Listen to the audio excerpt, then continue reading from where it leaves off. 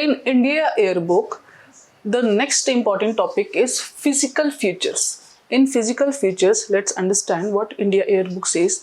The mainland comprises 4 regions, namely the Great Mountain Zone, plains of the Ganga and the Indus, the desert region and the southern peninsula. Himalayas comprises 3 almost parallel ranges, large plateaus and valleys, some of which like the Kashmir and Kullu.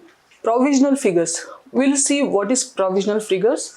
The former state of Jammu and Kashmir was bifurcated, created 2 UTs. So let's understand how it works. The next chapter in India Yearbook here, what we see is physical features. In physical features, क्या देखते हैं कि the mainland comprises 4 regions, namely the Great Mountain Zone, plains of the Ganga and the Indus, the desert region and the southern peninsula. The Himalayas comprises 3 almost parallel ranges with the largest plateaus and valleys, some of which like the Kashmir and Kullu. Provisional figures. Former state of Jammu and Kashmir bifurcated, created 2 UTs, Jammu and Kashmir and the Ladakh. The union territories of Dadra and Nagar Haveli and Daman and Diu were merged as a single union territory from January 26, 2020. तो हम यहाँ पे इसको समझने की कोशिश करते हैं कि मैप के through the main land comprises 4 regions, namely the great mountain zone, plains of Ganga and Indus. तो चलो यहाँ पे समझने की कोशिश करते हैं what it is exactly. We have seen Ganga here. एक गंगा है ना यहाँ पे, और भी इसकी ट्रिब्यूटरीज आती हैं, यमुना आती है दिल्ली से, जो गंगा रीजन है ना. और ये साथ में हम ये भी देख लेते हैं कि ये ब्रह्मपुत्र, वो भी यहाँ से आती है, ब्रह्मपुत्र. ठीक है, this is Ganga, this is Brahmaputra, and the same thing we see Indus river. ये तो हमने पहले भी देखा. तो हम बेसिकली इसको समझते हैं मैप्स के थ्रू. सी, आप इस रीजन को देखना, इस रीजन को देखना. This region is called Mansarovar lake, Mansarovar lake, and it is not in India. तो जो इंडिया का पार्ट नहीं है, और ये जो मानसरोवर लेक है नेपाल से ऊपर, you can say in Tibet, this is part of Tibet, part of Tibet. तो इस रीजन में एक लेक है जो मानसरोवर लेक है, और ये जो पहाड़ी इलाका है, ये आप ये कह सकते हो कि ये एक डेजर्टेड इलाका है. यहाँ पे कोल्ड डेजर्ट जैसा जो होता है ना, सिर्फ पहाड़ियाँ हैं और एकदम ठंड का मौसम होता है, और टेम्परेचर बहुत ज़्यादा ड्रॉप होता है, ऑक्सीजन लेवल भी बहुत कम होता है यहाँ पे. और क्योंकि वेजिटेशन नहीं है, वेजिटेशन इसलिए नहीं है क्योंकि टेम्परेचर बहुत ज़्यादा लो होता है, और यहाँ का मौसम हमेशा ड्राई रहता है. जो कि आबो हवा है वहाँ की बहुत ड्राई रहती है. सांस लेने में मोस्ट ऑफ द टाइम आपको दिक्कत होती है. कई दफ़ा क्या होता है कि जो पहाड़ी इलाकों में जो लोग हैं वो बहुत ज़्यादा चिकनाई का इस्तेमाल करते हैं, जैसे कि उनके खान पान में तेल घी का इस्तेमाल ज़्यादा होता है. आप ये समझो कि उनके खान पान में डेयरी प्रोडक्ट्स ज़्यादा होते हैं और नॉनवेज प्रोडक्ट्स ज़्यादा होते हैं. क्या कि उनकी जो गले का जो हिस्सा होता है वो ड्राई हवा की वजह से इनहेलिंग करते वक्त उनकी जो गले की नसें होती है वो फट जाती हैं, इसलिए वो चिकनाई का इस्तेमाल ज़्यादा करते हैं. जो हवा रहती है, एयर होती है, उसमें मॉइस्चर नहीं रहता यहाँ पे, तो उस वजह से तो ये इलाका उस तरह का इलाका है. और यहाँ पे एक बहुत बड़ा डेजर्ट भी है. विल कम टू दैट जब हम वर्ल्ड वाइड डेजर्ट्स को पढ़ेंगे पूरे, तब हम उसके बारे में बात करेंगे. तो फिलहाल यहाँ पे ये समझ लीजिए, ये जो रीजन है, इस रीजन में आपका मानसरोवर लेक है जिसमें इंडिया की बहुत सारी रिवर्स पैदा होती हैं. तो यहाँ पे जो बेसिकली एक बहुत इंपॉर्टेंट रिवर पैदा होती है which is called Indus. Indus river, ये कौन सी रिवर है? इंडस रिवर पैदा होती है यहाँ पे। और सेम इसी की जगह पे एक और रिवर पैदा होती है जो कि ब्रह्मपुत्र रिवर है। This is what? Brahmaputra river. And इसी जगह के लगभग आसपास करीब दूसरी रिवर जो इंडिया की बहुत ज्यादा इंपॉर्टेंट रिवर है वो पैदा होती है, which is Ganga. We can call it even Ganges, जो गंगा रिवर है। और उसकी गंगा की एक और ट्रिब्यूटरी है घाघर, यहीं से पैदा होती है। और गंगा की एक और ट्रिब्यूटरी है वो उत्तराखंड, मतलब गंगा से थोड़ा सा नीचे उत्तराखंड में पैदा होती है। दिस इज, ये इंडिया एयरबुक में इन्हीं चीजों का एक्सप्लेनेशन दिया है in theory. In practical will see this is Indus. और इंडस की जो इम्पोर्टेंट एक और ट्रिब्यूटरी है जो कश्मीर में पैदा होती है। कौन से रेंजेस में? जस्कर रेंजेस के पास एक और रिवर पैदा होती है विच इज झेलम। झेलम, इसके देखो पूरी रिवर एक जगह पैदा नहीं हो जाती। रिवर का जो मेन जो वॉल्यूम ऑफ वाटर, एक अच्छी जगह, एक मेन जो रिवर का एक बर्थ है वो एक जगह से होता है जिसका वॉल्यूम कम ही होता है पानी का। और उसके साथ साथ जब रिवर आगे बढ़ती है तो अगल बगल के जितने सारे छोटे छोटे जो रिवर्स होते हैं जिसको वो अपनी ट्रिब्यूटरीज बताती है वो अपने साथ ले लेती है। जैसे कि झेलम है, तो झेलम यहाँ पे जस्कर रेंज में पैदा तो होती है, लेकिन इसके साथ साथ बहुत सारे और भी छोटे छोटे ट्रिब्यूटरीज हैं जैसे कि लाइदर हो गया। तो उस तरह के ट्रिब्यूटरीज को अपने साथ लेके ये झेलम बहती है। कहाँ पे? And this Jhelum river makes a border between India and Pakistan in this particular region. Fine. और ये आके कहाँ पे मिलती है? चेनाब पे। और चेनाब कहाँ पैदा होती है? Again here. This is Chenab. Indus, Jhelum, Chenab, and this is Ravi. Ravi, you can say Ravi या रवि, जो भी है। साउथ इंडिया में रवि नाम के लड़के भी होते हैं।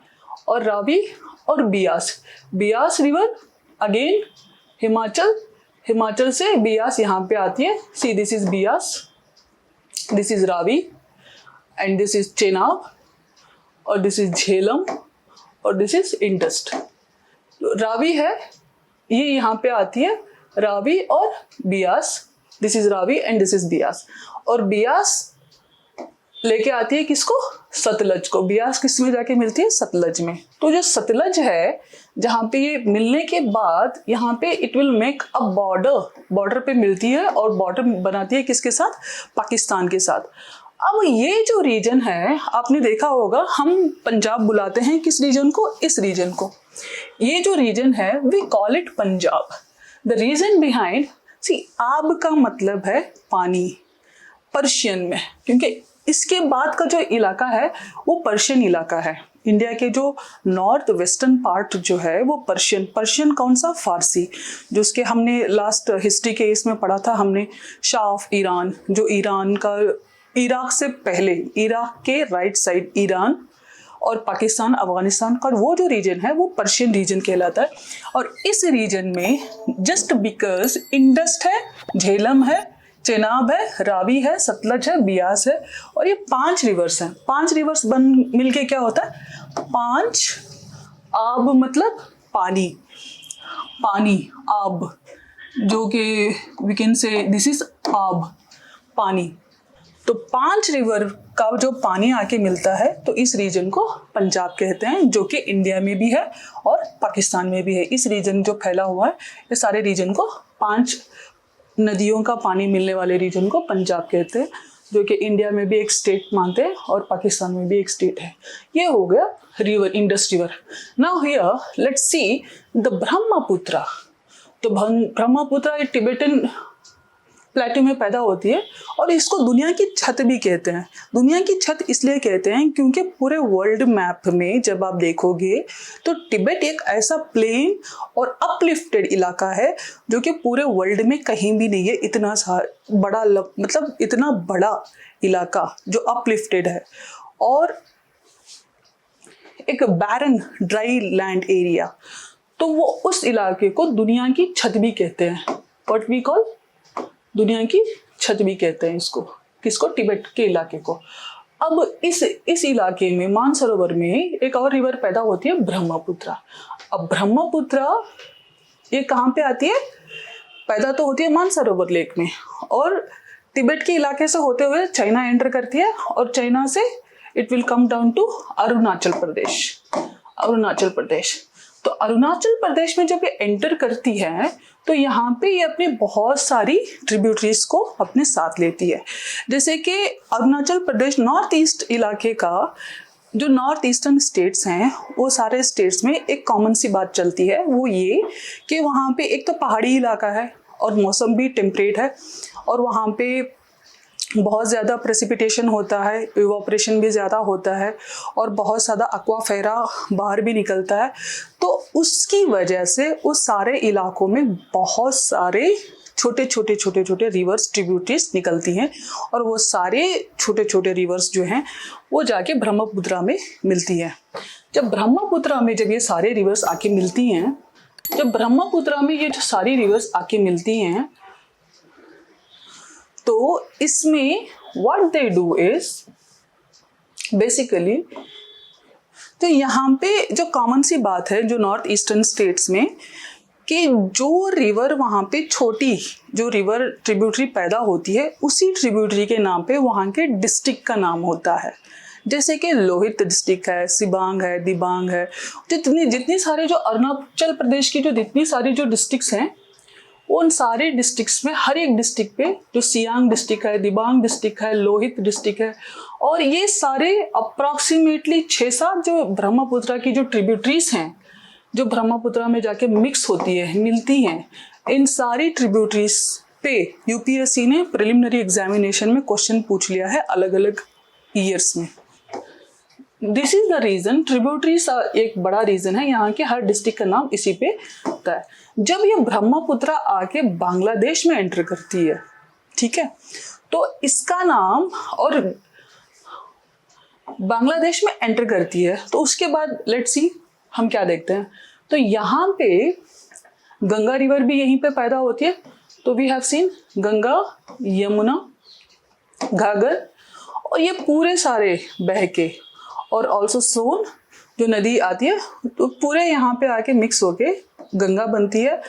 ये कोसी हो गई, तीस्ता हो गई जो सिक्किम से निकलती है, यहाँ के 0 पॉइंट लाचुंग में पैदा होती है और इसकी भी बहुत सारी छोटी छोटी ट्रिब्यूटरीज हैं मिलके all will combine here and they enter into, और ये ब्रह्मपुत्रा के साथ मिलके they all will enter into Bangladesh.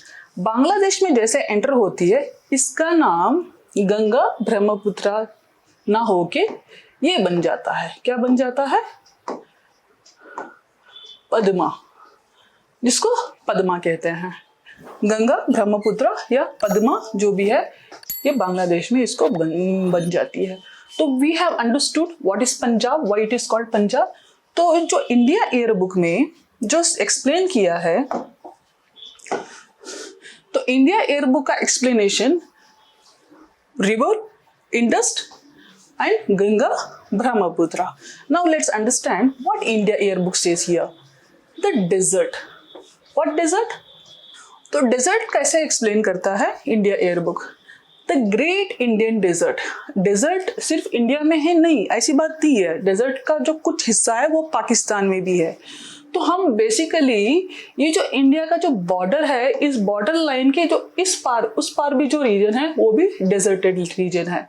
तो ये द ग्रेट इंडियन डेजर्ट, जिसको थार डेजर्ट भी कहते हैं। सी डेजर्ट सिर्फ इतना नहीं है, ये तो राजस्थान का इलाका है। राजस्थान में जो लास्ट डिस्ट्रिक्ट है वो जैसलमेर है, जो कि डेजर्ट का जो मेन इलाका है। और इस इलाके में एक और जगह है जैसलमेर में जिसका नाम है शाम, और कहते हैं कि उसका नाम जो पड़ा क्योंकि वहाँ की जो शाम होती है वो शाम भी बहुत ज़्यादा खूबसूरत होती है।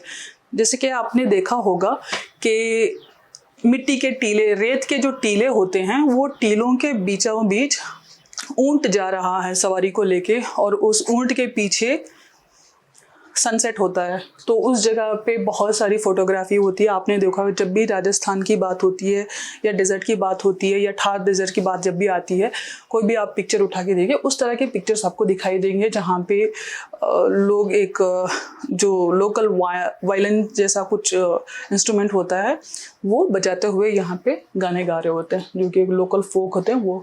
तो this in this particular region ये थार डेजर्ट है। अब आप ये कहोगे कि थार डेजर्ट, इंडिया में डेजर्ट इतना ही है, नहीं, इंडिया में डेजर्ट यहाँ तक है, लगभग यहाँ तक। अब ये जो इलाका है, ये कौन सा इलाका है? ये गुजरात का जो मेन पॉपुलेटेड जो रीजन है वो ये रीजन है। इस रीजन में गुजरात के मेन जो पॉपुलेशन है या प्रॉस्पेरिटी है या डेवलपमेंट है या जितनी सारी चीज़ें हो रही, इंडस्ट्रीज वगैरह इस रीजन में है। उसका रीज़न हम देखते हैं इकोनॉमिक्स और हिस्ट्री में, क्योंकि यहाँ पे सूरत है और Surat even from our ancient period Surat was the one of the biggest harbour in India, and also it was helping so many Indians to travel towards for their Muslim travelers जो हज पे वगैरह जाते थे, वो मतलब मेडिवल पीरियड से 6th 7th century से ये एक्टिव था ये हार्बर। तो यहाँ पे जो पॉपुलेटेड प्रॉस्पेरस रीजन है ये है। अब ये रीजन में क्या है? इस रीजन में क्या है? इस रीजन में जो साल्ट है उसका ग्रोथ यहाँ पे ज़्यादा होता है। यहाँ पे बहुत सारे नेशनल पार्क्स भी हैं, जो कि गिर नेशनल पार्क है, और ये जो कच्छ है, जो कच्छ पेनिनसुला है, जिसको रन ऑफ कच्छ भी कहते हैं, जो कच्छ पेनिनसुला है, आपने देखा होगा कच्छ में एक मूवी की शूटिंग हुई थी, जो कि बहुत बड़ा प्लेन है और काइंड ऑफ डेजर्टेड लैंड है, वहाँ पे बारिश भी होती है तो बहुत ज़्यादा ग्रीनरी नहीं होती। पीके मूवी में आपने एक सीन देखा होगा जिसमें आमिर खान पहली बार आके लैंड होता है और जब वो टेक ऑफ भी होता है तब भी उस मूवी में ये वाले रीजन को दिखाया था, जो बहुत बड़ा एकदम से प्लेन सा दूर दूर तक कुछ नहीं दिखाई देता, you can say even horizon इस रीजन में। तो ये इस रीजन में होता है। और इस रीजन में एक ब्रीड भी आती है, बर्ड ब्रीड, जिसको बोलते हैं फ्लामिंगो के नाम पे एक वेब सीरीज भी आई थी और उसमें भी दिखाया फ्लामिंगो, जो बहुत बड़ा वाइट कलर का परिंदा होता है, बगला, और उसके जो पैर होते हैं वो बहुत लंबे होते हैं और जो चोंच होती है बहुत खूबसूरत पिंकिश होती है। तो फ्लामिंगो यहाँ पे बहुत ज़्यादा पाए जाते हैं वर्ल्ड में। तो after this desert area what India year book says, let's understand.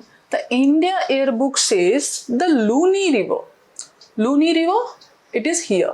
Luni river का हमने देखा, जो नॉर्थ का जो इलाका है वो डेजर्टेड रीजन है जिसमें रेत होती है, और इस रीजन में रेत नहीं होती, प्लेन होता है और यहाँ पे वेजिटेशन भी नहीं होता। यहाँ पे बहुत ज़्यादा सॉल्ट की पैदावार होती है, सॉल्ट को यहाँ पे बनाया जाता है। तो after this in Gujarat only, या आप ये कह सकते हो कि पार्ट ऑफ राजस्थान में एक और रिवर पैदा होती है जो कि माही रिवर है। कौन सी रिवर है? माही रिवर है।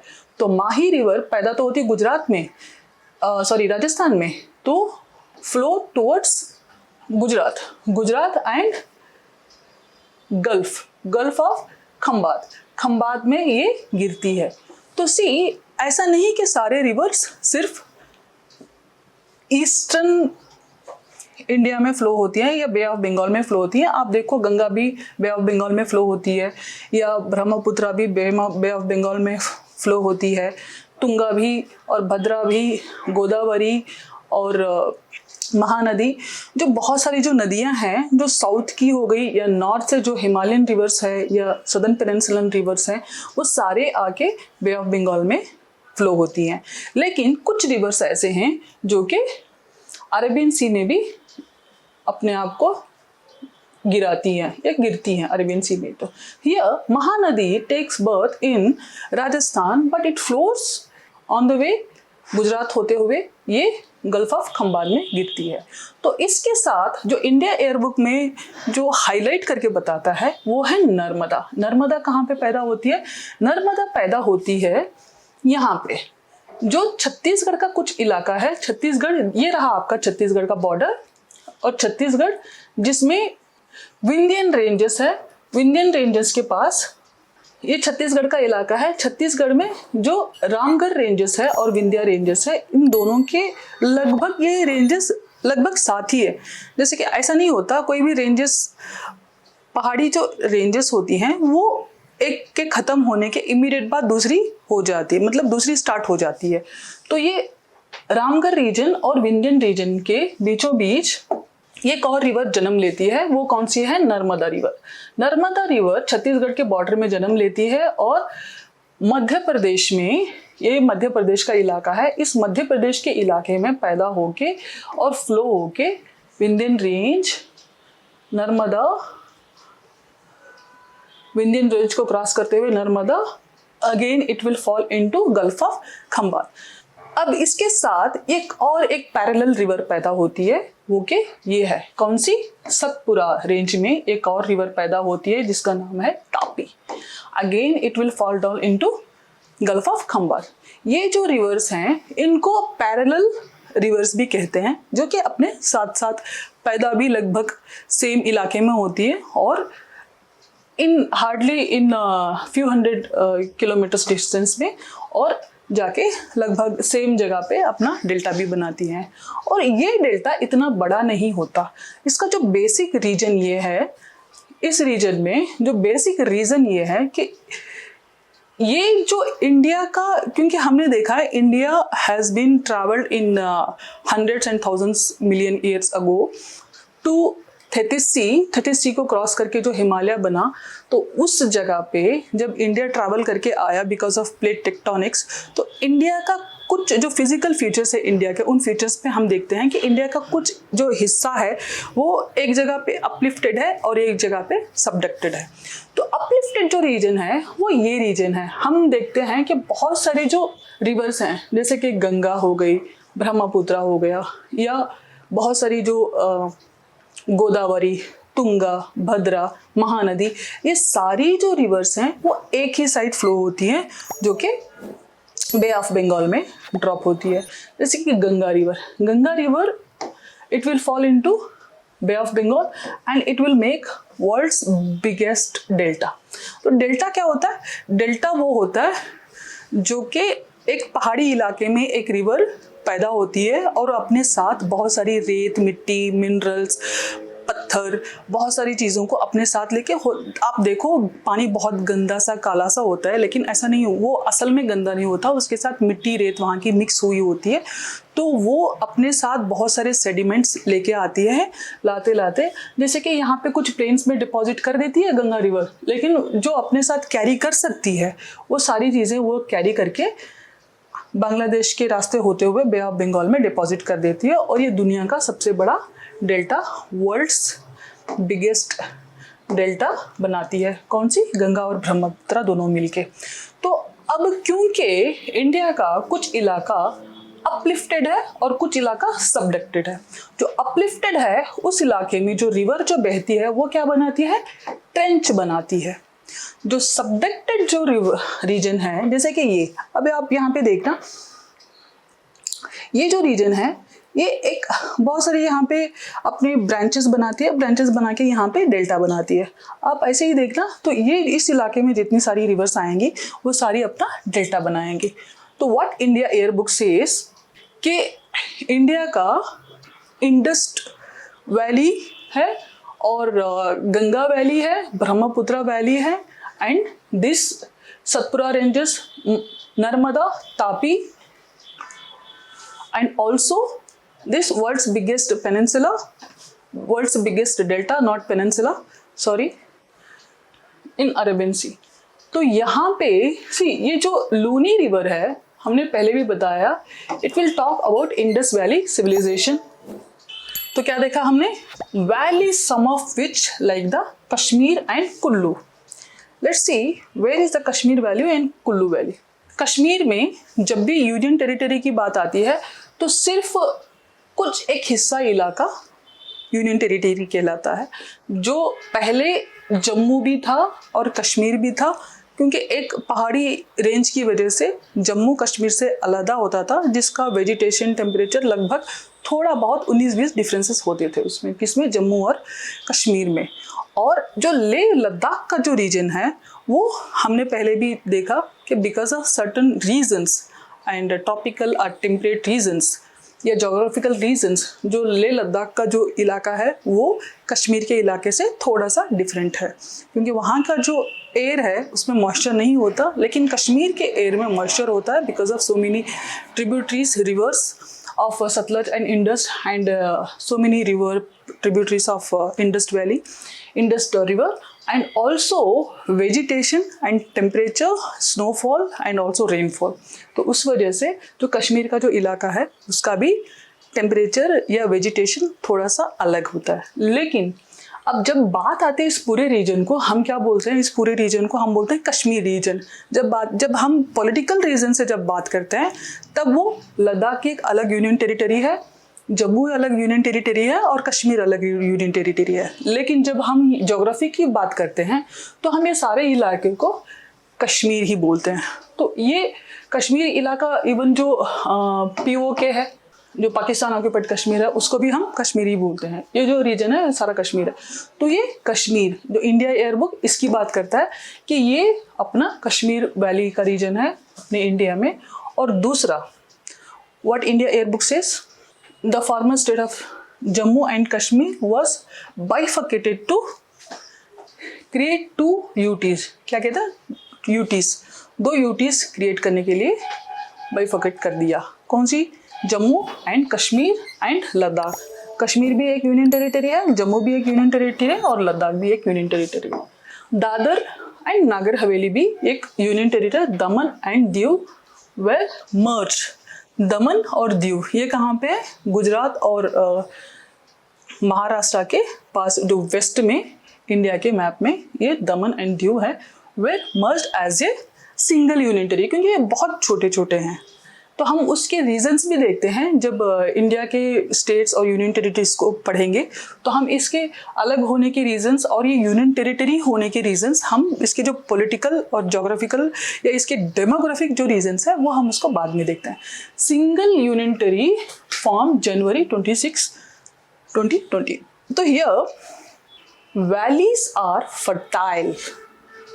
Valleys are fertile. फर्टाइल का मतलब है कि ज़रख़ीज़, फर्टिलिटी ज़्यादा है, बहुत उपजाऊ है, उपजाऊ जिसमें आपका एग्रीकल्चरल प्रोड्यूस अच्छा सा हो सकता है, या वहाँ की जो डेमोग्राफी है, वहाँ के जो लोकल्स हैं उनको वहाँ पे बहुत सारा खाने या एग्रीकल्चर करने के लिए इरिगेशन में हेल्प करता है। वैलीज आर फर्टाइल, एक्सटेंसिव मतलब बड़ी हुई, and the great scenic beauty. Some of the highest peaks in the world are found in these ranges. High altitudes allow travel only through a few passes. और passes कौन से हैं? तो जो India का जो जोग्राफिकल लोकेशन है वो बहुत ज़्यादा ज़रकीज़ है, डेमोग्राफिक फ्रेंडली है। डेमोग्राफी किसको कहते हैं? जो ह्यूमंस हैं, जो हम इंसान हैं, हमारे जीने के लिए या हमारे खाने पीने के लिए या हमें फूड प्रोड्यूस करने के लिए या हमारी आबो हवा के लिए ये फ्रेंडली है और बहुत ज़्यादा फर्टाइल है, जिसमें कोई भी, जैसे कि गन्ना हो गया, राइस हो गया, या गन्ना, पैडी, गेहूँ, चावल या गन्ना, उन सब चीज़ों की पैदावार हो सकती है। तो हियर ग्रेट सीनिक ब्यूटी मतलब देखने में भी बहुत ज़्यादा खूबसूरत है। Highest peaks in the world, दुनिया की हाईएस्ट पीक्स, जो इंडिया का जो हिमालयन रेंज है, हिमालय को हम न्यू माउंटेन्स भी कह सकते हैं या न्यू बॉर्न माउंटेन कह सकते हैं या यंग माउंटेन्स भी कहते हैं, क्योंकि दुनिया के सारे माउंटेन से Himalayan mountains we call it young mountains, मतलब सबसे छोटे, अभी ये यंग एज में हैं। आपने देखा होगा स्विट्ज़रलैंड में जो कि एल्प्स माउंटेन है, बहुत ज़्यादा अपलिफ्टेड हैं और बहुत ज़्यादा सेटल्ड हैं, ग्रीनरी उनके माउंटेन्स पे अच्छी होती है। तो हमारे जो माउंटेन्स हैं पत्थर, कभी भी लैंडस्लाइड्स हो रहे हैं, कभी भी गिर रहे हैं, क्योंकि यंग है ना, अभी बन रहे हैं ना, अभी भी वो बढ़ रहे हैं, क्योंकि जो इंडिया का जो इंडियन प्लेट है वो यूरेशियन प्लेट पे जाके जब भी टकराता है, क्योंकि प्लेट टेक्टोनिक्स तो आपने देखी होगी, प्लेट टेक्टोनिक्स को हम ज्योग्राफी में समझने की कोशिश करते हैं बाद में। जो इंडियन प्लेट जो यूरेशियन प्लेट पे जाके जब इसे टकराता है तो एक प्लेट सबमर्ज होता है, एक अपलिफ्ट होता है, एक सबडक्ट होता है, एक अपलिफ्ट होता है, उसकी वजह से माउंटेन्स बढ़ रहे हैं। उसको हम ज्योग्राफी के जो जियोलॉजी पार्ट है उस पार्ट में हम डिटेल में समझने की कोशिश करते हैं। The valleys are highest fertile, let's see the highest peaks in the world. और जो हिमालय के जो रेंजेस है उस रेंजेस में जैसे कि K2 हो गया, माउंट एवरेस्ट हो गया, जो हाईएस्ट पीक्स भी बनाता है। माउंट एवरेस्ट इंडिया में नहीं है, नेपाल में है, but still because it is a part of Himalaya we call it is. और नेपाल भी कौन सा इंडिया से बाहर है। The highest peaks in the world. The high altitudes allow travel only through a few passes. जो हाई एल्टीट्यूड है उसकी वजह से हमें कुछ ही पासेस हैं जो हिमालयन रेंजेस को क्रॉस करके बाहर जाने के लिए मदद करती हैं। उसमें से कुछ इंपॉर्टेंट पासेस हैं जैसे कि शिव किला है, नाथुला है, और उस तरह के कुछ इंपॉर्टेंट पासेस हैं